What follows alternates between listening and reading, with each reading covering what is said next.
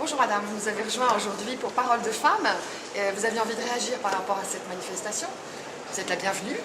Merci. Vous expliquer votre point de vue. Je pense que je suis sensibilisée à la journée des femmes parce que ça fait 20 ans que je travaille sur la parité dans les instances élues. Ah, très bien. Voilà, 20 ans.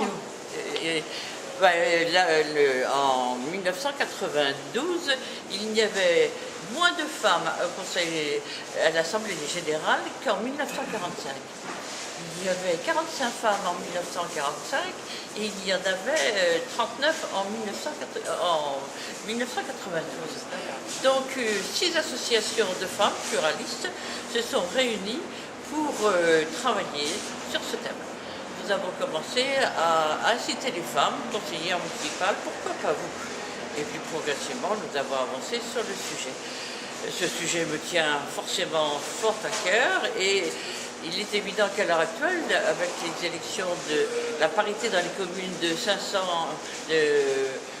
2000 à 3500 habitants, ça pose un problème parce que dans ce monde rural, les gens n'ont pas été habitués à parler un petit peu s'ils estiment être de la politique, alors que c'est de la vie quotidienne que l'on doit parler. Donc ceci m'intéresse et quand je parle de vie quotidienne, il y a quelque chose qui me tient encore le plus à cœur, c'est l'éducation des petits-enfants.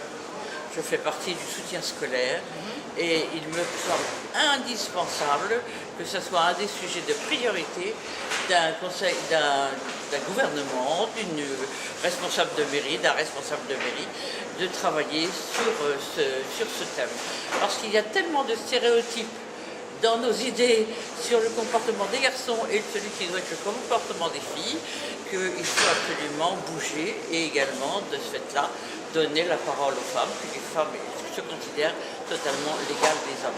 Vous disiez que c'était un manque d'habitude que les femmes prennent la parole, particulièrement en milieu rural, mais est-ce qu'il y a d'autres freins?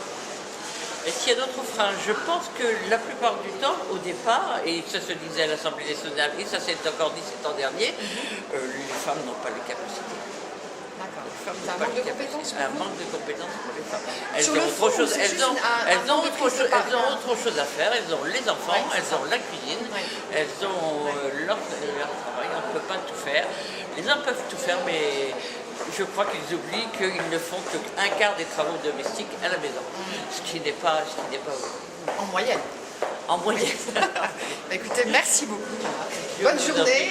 Merci à vous. Merci d'être le témoin de femmes qui prennent la parole. Je reprends le le thème de la petite enfance, qui est pour moi indispensable. Merci beaucoup. Bonne journée.